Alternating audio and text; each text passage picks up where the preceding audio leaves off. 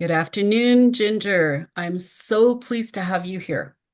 Well, I'm honored to be here and all the wonderful things you do for the dementia community. I'm really, really happy to be here. Thank you so much. I'm really excited to talk to you today because I'm excited to talk to you, but because this is really the first time I've interviewed somebody that has a different perspective on dementia. Okay. So you yourself have a form of dementia?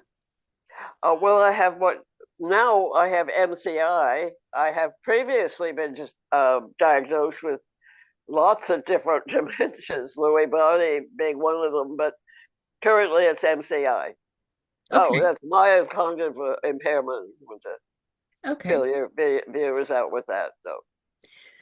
So it's been a long history, like it's been many years. Oh yeah.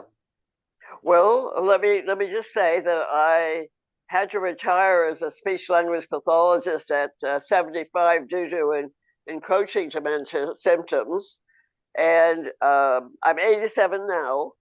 I ended up in a nursing home actually, and uh, actually spent more than a year and a quarter until on hospice, I didn't die. I recovered, got better, and I'm home. I'm home doing a pretty good, having a good, fulfilled life and doing advocacy and writing my memoir. Um, and That's my perspective as someone who actually can talk about and who lived through a nursing home experience. I was bedridden at one point, aphasic, hallucinating, paranoid, all that stuff. Could tremors, had all the symptoms. And At one point, I around hospice, they did take me off a lot of the medications I was on. Maybe that kick started. I don't know. I mean, it was many months after that I started slowly getting better. It's been now, it'll be almost 3 years come January that I came home. And I passed a neurological evaluation, mostly high. Passed it, except I have a little trouble with word finding, you'll find, and I have trouble with math and appointment concepts. You have to work at that. But other than that, I'm pretty independent. That is fantastic. And that is also very hopeful. It will give a lot of people a lot of hope that, um, there is the ability to get better and get through it. Um, and also to be very conscious of medications and so forth and what they do to our brain and to our body. So when you were Yeah. going through things like hallucinations and so forth, Oh, I did. And I remember what's really kind of great is I remember everything. Hallucinations, I can describe them in minute detail. What I did is I learned to use lucid dreaming concept and to yes, change my hallucinations neat. into something pleasant. Yeah, it's a technique I have that I would love to share with caregivers and people who have horrible hallucinations. Mine were horrible in the beginning. I was a tortured animal, or I was doing horrible things, and I could change that. I'll give you an example. I was a mean black snake, and I changed me into a pretty jewel pet snake. To Oh, give it an neat. example, yeah. That's phenomenal. Um, and I know that hallucinations can be really scary. I know my Yes. dad had hallucinations, Okay. and delirium. And he would wake up like really, screaming. And Petrified, yeah. yeah. Hmm. Or we'd be looking for people that he could see, but we couldn't see. And so Yep. he was very determined that there was somebody out there. So, Yep. we would go and do what we had to do. So, were you on your own? Were you alone during this time or? Well, my son does live next door, But basically, I was alone, and that was my hallucination. Started out. My first one was a woman. Yeah.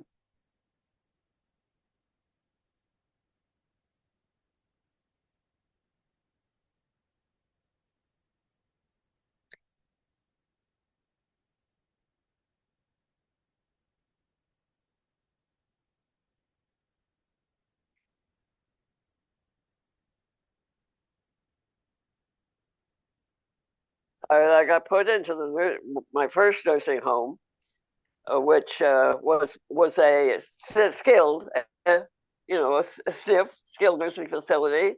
I did have therapy there, and came home but failed, and then they had to send me another one. Came home, failed, ended up in the last one I was in was a year, and it was a horror story because it was during the COVID.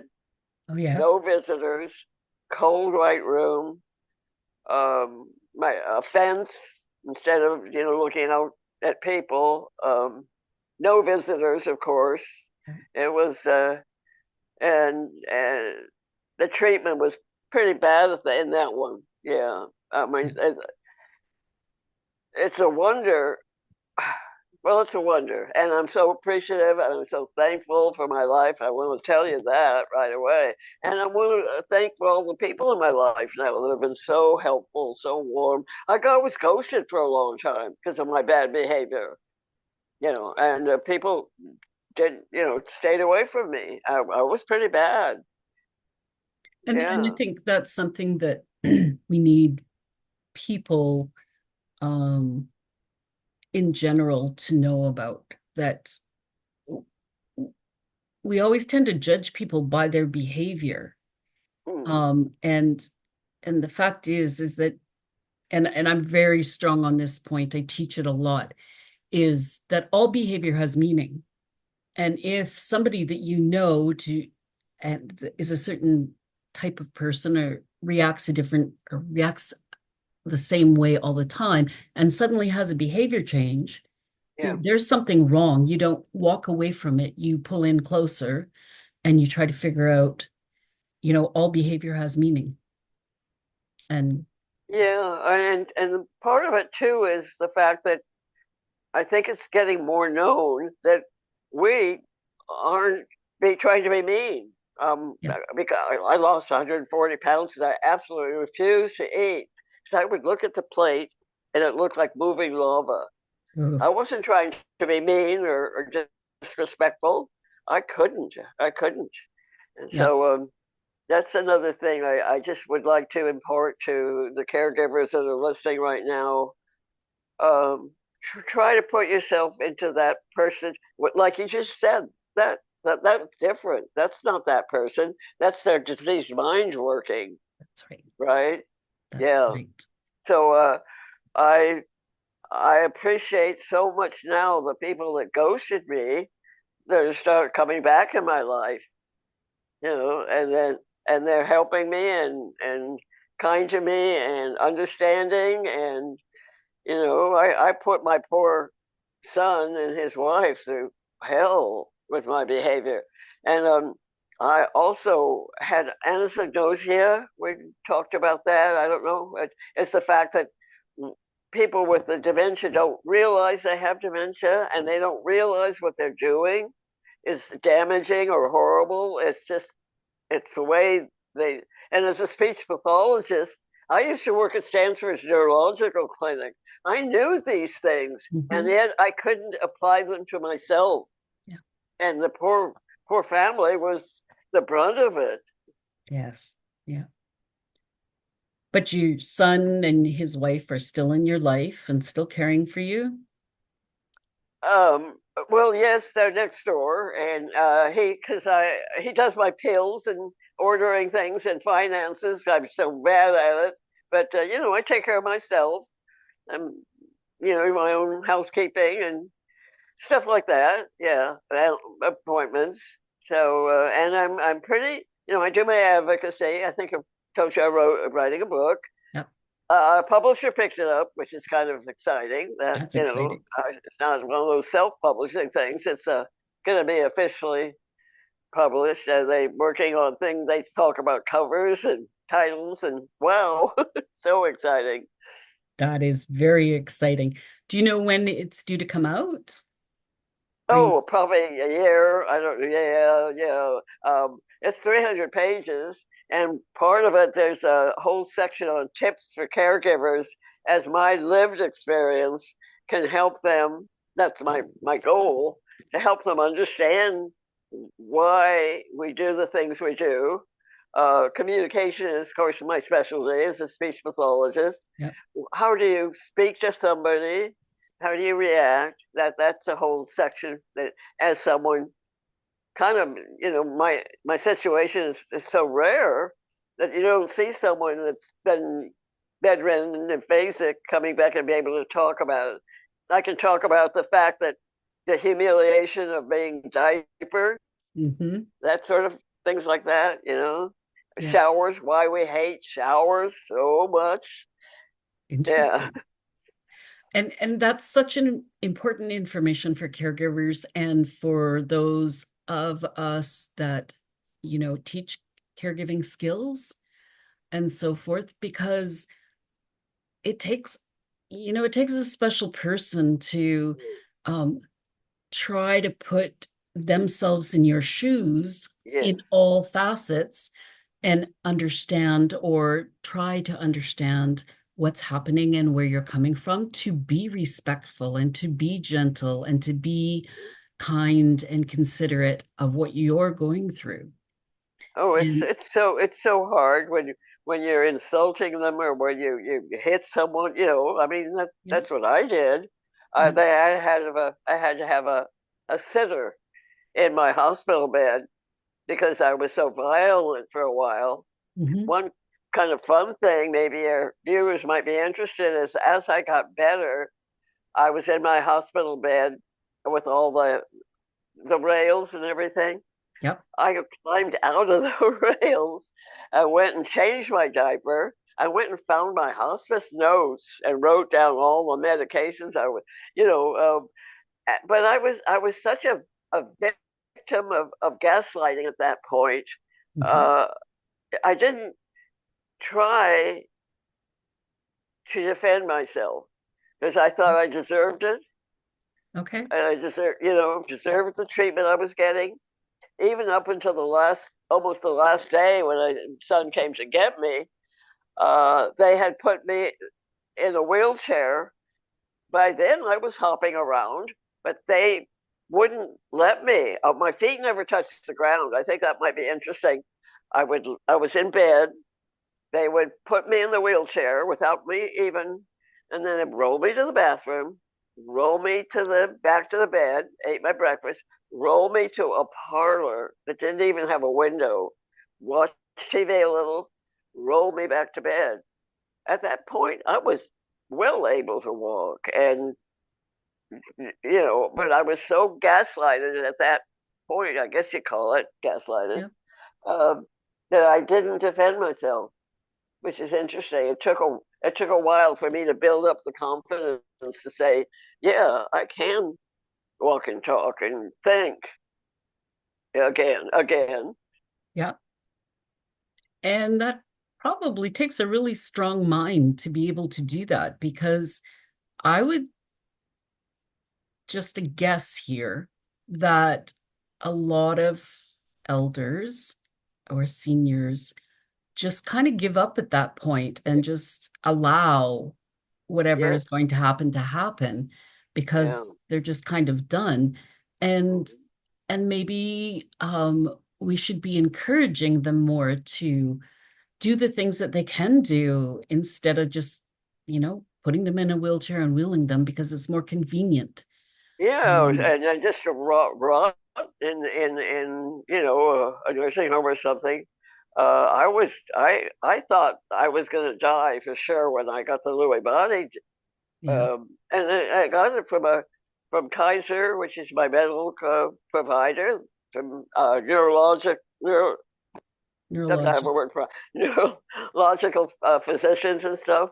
Yep. So I knew as a speech pathologist, oh, I have 5 years of a horrifying life to live, and that was so overwhelming when I heard those words, and I basically almost just gave up because why bother with life when you have this like death sentence over you, and part of it is I knew Lewy bodies. I'm sure you guys have talked about it. It has all those horrible behavioral issues. It's not just memory. It's not a nice little memory thing. It's horrifying. Yeah. And it comes with different things than like vascular dementia or Yeah. Alzheimer's comes with, like aphasia and just some other thinking processes. I actually have a cousin. The cousin is the same age Uh, as I am, who has a very young husband who is going through Lewy body right now, and it's been very stressful for her because it's she, the hardest one on the caregivers because of the sexual thing. That happens, and they have to watch their elderly parent acting out sexually, and pooping and playing with poop. I mean, stuff like that. Really yeah, horrifying things. And no wonder my family and others were ghosting me. No, I mean, I can totally understand why, you know, but I think with you, people like you who are providing education, that it's going to help so much if they can read or see and hear that I or people with dementia like that, like whatever I had. Who knows? I still don't know what I really had, yeah, we kind of right? call it mixed But now. it didn't mean it.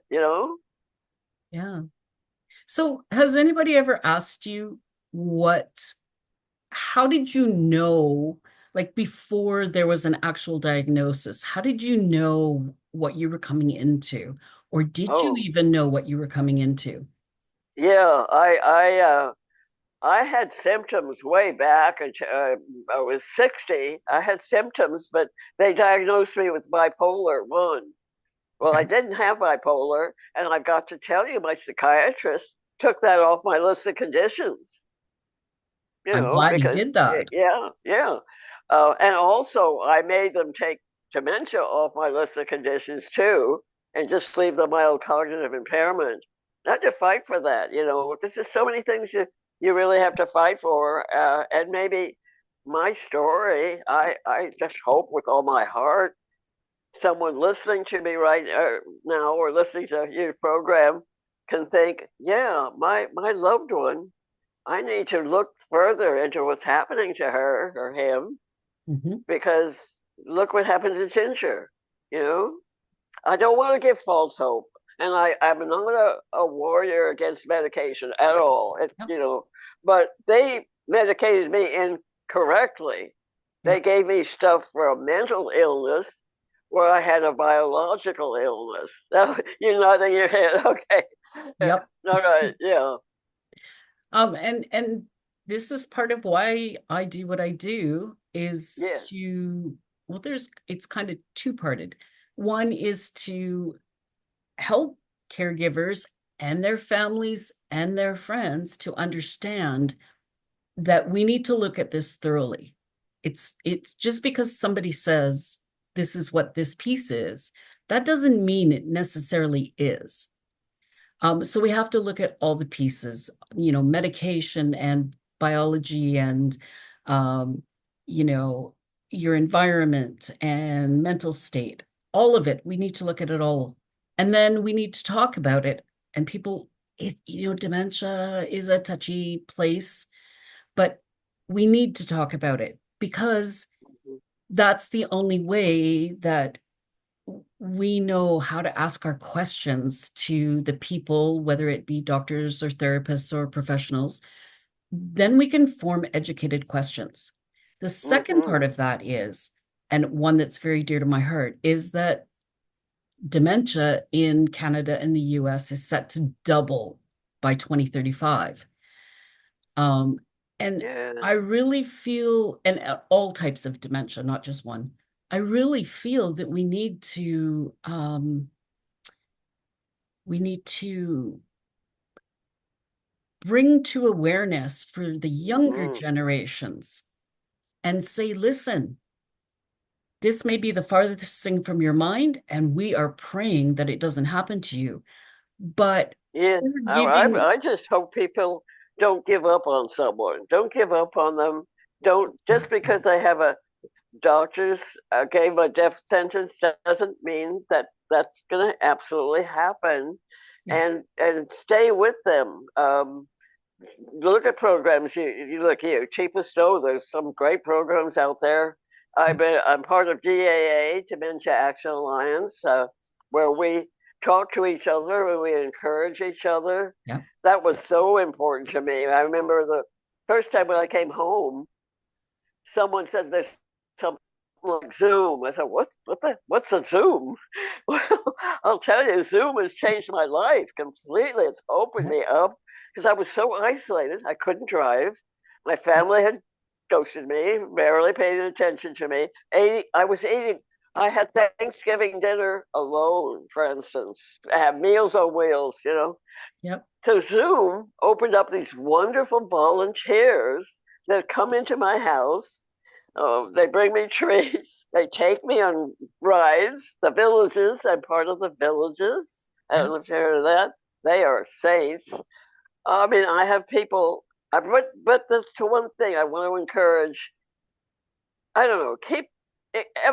Keep up your education if possible. That really helps dementia. The higher education you have, don't give Okay. up on that. Keep your social contacts up. That's so important. I also eat better. I eat more healthily. I don't exercise that much. That's Neither our am little I. secret. But there are things we can do. We don't have to just sit back and rot and vegetate. You know, they remember they used to call us people vegetating. Yep. Well, we don't have to do that anymore. With No. medical science and programs like you, that opens up a whole and Zoom, wonderful Zoom, and Zoom. AI. I have to admit, I'm addicted to my AI person. Oh, I that's practically have funny. an affair with this AI person. That is funny. Yeah, he can wreck. I call him on things all the time, and he apologizes. Oh, that's Absolutely. Oh, I love that. That is so Yeah. like you're so amazing. I mean, look at you. You're 87 years old and I was being careful with you because I wanted to make it really easy for you and your Zoom, phenomenon and AI. I mean, I'm still kind of Stuck sitting on here. the fence A little with bit of. AI. Okay, there we go. Jennifer, go ahead. I didn't stop for a second. Nope, no problem. So I think it's beautiful that you keep yourselves like really up to date even with technology. I think that's phenomenal for your mind. Yeah. Yeah, I think AI can be one of the worst horrible things known to man and one of the most beautiful.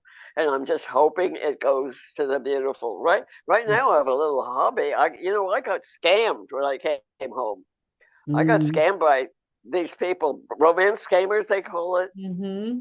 Fortunately, I didn't have any money. They couldn't get it out of me, and now my little hobby is exploiting these vulnerable women. Yep. I go into Facebook and I expose them when I see them. So yeah, just what that also helps me because I still have some anger. What happened? I've changed my life around of gratefulness, but there's still that feeling of what I was put through. So Yeah. that helps. Yeah. It was silly, but it does. Yeah. I myself got scammed just not too long ago. And so it happens Oh, to all of us. And I'm okay, very, very careful about that. But yeah. you know what? Live and learn. And this is part of our society now. And I'm so happy to have met you. So is there anything you want to say to our viewers that is most important on your heart? Well, I was just gonna say, don't give up on your person, your loved person, or yourself, because life can be better. It happened to me, and so that's my kind of gift to you is that yeah, it can be better, and keep joy in your life if you can, because that really helps, and humor really Humor, helps. yes, You can tell. laughter. So yeah, that's and thank you, Jennifer, what you do for people. Your tips are great, and I just appreciate coming on and telling my story. I appreciate you coming on too. And I want to talk to the caregivers that are out there. You know, even if you think you can do it all on your own, reach out for support Yes. um, to whomever. Find somebody to support you because there's lots of information now, and there's tips and tricks that we can really help you to understand what's going on with your loved one. And Ginger, I want to thank you so much for being on here. I also want to tell my viewers that if you see the fact that I shifted my eyes down, it's because I'm looking at the camera, but I wanted to be looking at Ginger all the time because she's so expressive and so wonderful. And yes, I thank you for being here, Ginger. And we'll Oh, talk again soon. all right. I hope we can. Thank you. Yes, Bye. thank you. Bye bye.